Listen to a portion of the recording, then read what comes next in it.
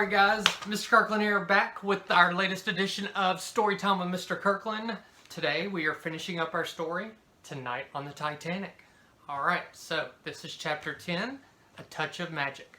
Let's get started. "Oh man," whispered Jack. He was lying on the floor of the treehouse. He was wearing his pajamas and rain poncho again. "You okay?" Annie asked. "Yeah, you?" said Jack.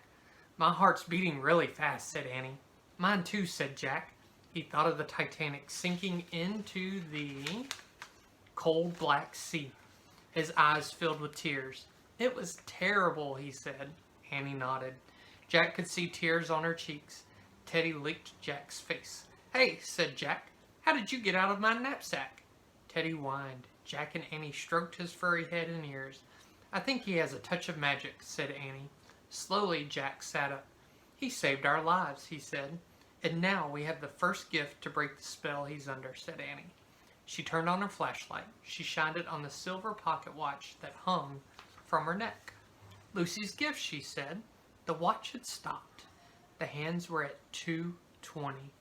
Jack was silent. Then he sighed. "That's exactly when the ship went down," he said. Annie looked at him. "I guess that's when time stopped for the Titanic," she said. Jack nodded. Annie put the pocket watch on top of Morgan's note. "A gift from the ship lost at sea," she said softly. They were both quiet. Then Jack took off his glasses and wiped the tears from his eyes. Annie stood up. She took a deep breath.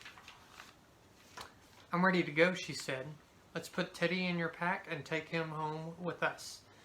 She shined her flashlight around the treehouse. "Teddy," she said. There was no sign of the little dog. "He's not here," said Annie. "What are you talking about?" said Jack. "We were just petting him." "He's up to his magic tricks again," said Annie. She sighed. "We'll have to go home without him." "But what happened to him?" said Jack. "I don't know," said Annie, "but I have a feeling we'll see him again soon." She started down the rope ladder. Jack looked around the treehouse one last time. "Teddy," he said, but the treehouse was quiet. Jack pulled on his backpack and climbed down the rope ladder. Annie was waiting for him. And there's a picture of them putting the pocket watch with the note. Without a word, Jack took her hand. The rain had stopped, but water still dripped from the trees. Stars glittered overhead in a clear sky. Silently, Jack and Annie left the Frog Creek woods. They walked up the dark street to their house and climbed the steps to their porch. Before they went inside, they looked out again at the night. "Time might have stopped for the Titanic," Jack said, "but books and memories keep the Titanic alive, don't they? It's a true story, but it's also like a myth now." "Yes," said Annie, "and every time the story is told, we wish it had a different ending." Jack nodded. That was exactly how he felt. Staring at the starry sky, he shuddered at the memory of the sinking ship. He knew that he and Annie were lucky. They had come home. "Good night, Titanic," he said softly. "Goodbye." Then he and Annie slipped quietly into their house, where it was cozy and dry and very safe. There's a picture of their house. Alright, now that was the end of the story, but it looks like we have a page or two of facts about the Titanic that I'd like to read to you. It might be kind of interesting to some of y'all. So, this is more facts for you and Jack, because the characters of our story. The first fact, the Titanic hit the iceberg in the North Atlantic, approximately 400 miles off the coast of Newfoundland.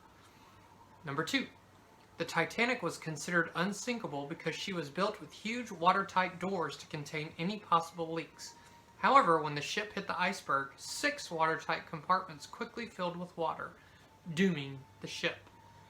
Number 3, the signal SOS was chosen as an international distress call because of the simplicity of the 3 letters in Morse code. 3 dots, 3 dashes, and 3 dots.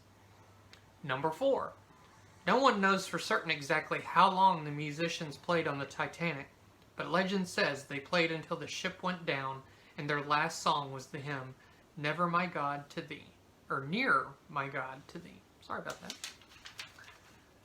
Fact number 5. More than 1,500 people perished in the Titanic disaster, while 705 people escaped in lifeboats and were eventually rescued by a ship named the Carpathia. Number 6.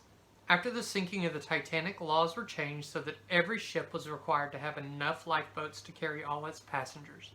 Also, the International Ice Patrol was formed so that ships would have warning about ice conditions. And fact number 7, in 1985, a scientist named Dr. Robert Ballard discovered the undersea wreck of the Titanic. Alright guys, that completes our story tonight on the Titanic. Again, this was number 17 in the Magic Treehouse series. It does seem like there's probably 2 or 3 books that continue this story, because remember, our main characters are trying to find things to break the spell that their friend Morgan or the dog's under. I'm not sure. Maybe Morgan's the dog. I don't know. Who knows?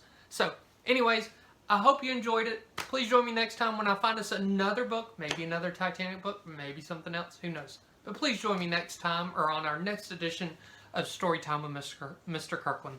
Bye, guys.